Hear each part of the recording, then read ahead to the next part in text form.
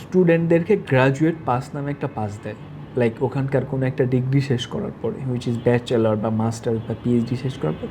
এটা লাইক ইউরোপের job searching, যেটা আমরা এটার সাথে খুবই ফ্রেন্ডলি, যে জব সার্চিং ভিসা, এটা 1 বছরের জন্য অ্যালাউ করে।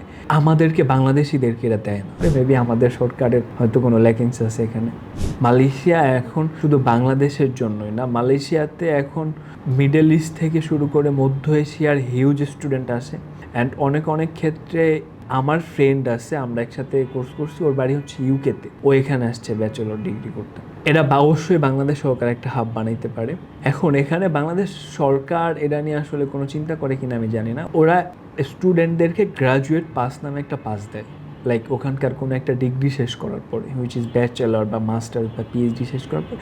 এটা লাইক ইউরোপের জব সার্চিং, যেটা আমরা এটার সাথে খুবই ফ্রেন্ডলি, যে জব সার্চিং ভিসা, এটা 1 বছরের জন্য অ্যালাউ করে।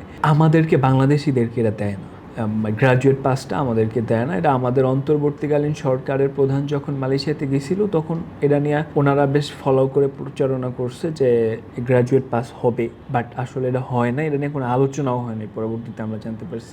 গ্রাজুয়েশন পাসটা যদি আমাদেরকে দেয়, তাহলে এইটা হচ্ছে আরও বেশি আমাদের জন্য খুবই হেল্পফুল হবে। অ্যান্ড বাংলাদেশি স্টুডেন্টদের মালয়েশিয়া যাওয়ার ক্ষেত্রে আরও বেশি ইনফ্লুয়েন্স হবে। ভিসা শেষ হয়ে গেছে আজকে এবং গ্রাজুয়েশন শেষ, তোমাকে কালকে বাংলাদেশে চলে যেতে হবে। বাট ওখানে মিয়ানমার কিন্তু গ্রাজুয়েশন পাস পায়, যদিও মিয়ানমার আসিয়ানের কান্ট্রি, বাট এছাড়াও অনেকগুলো দেশ, পাকিস্তান গ্রাজুয়েশন পাস পায়, ইন্ডিয়া গ্রাজুয়েশন পাস পায়, মধ্য এশিয়ার বেশ কিছু দেশ গ্রাজুয়েশন পাস পায়, সেখানে আমরা পাই না। এটা আমাদের সাথে খুবই ডিসক্রিমিনেশন করে। মেবি আমাদের সরকারের হয়তো কোনো ল্যাকিংস আছে এখানে।